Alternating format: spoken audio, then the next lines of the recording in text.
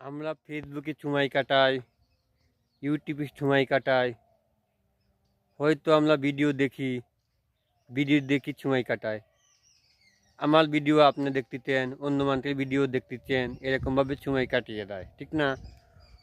আপনারা যদি এইটুক ফলো করে যদি আপনারা এমনি কয়টা খরচ করতেছেন, ঠিক না?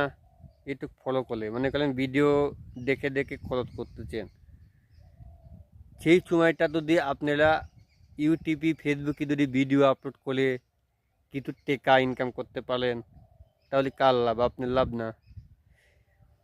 আপনার যদি লাভ হয় তাহলে মনে করেন ফেসবুকে তো এমনিতেই আপনারা সময় কাটাতেন, ইউটিউবে সময় কাটাতেন।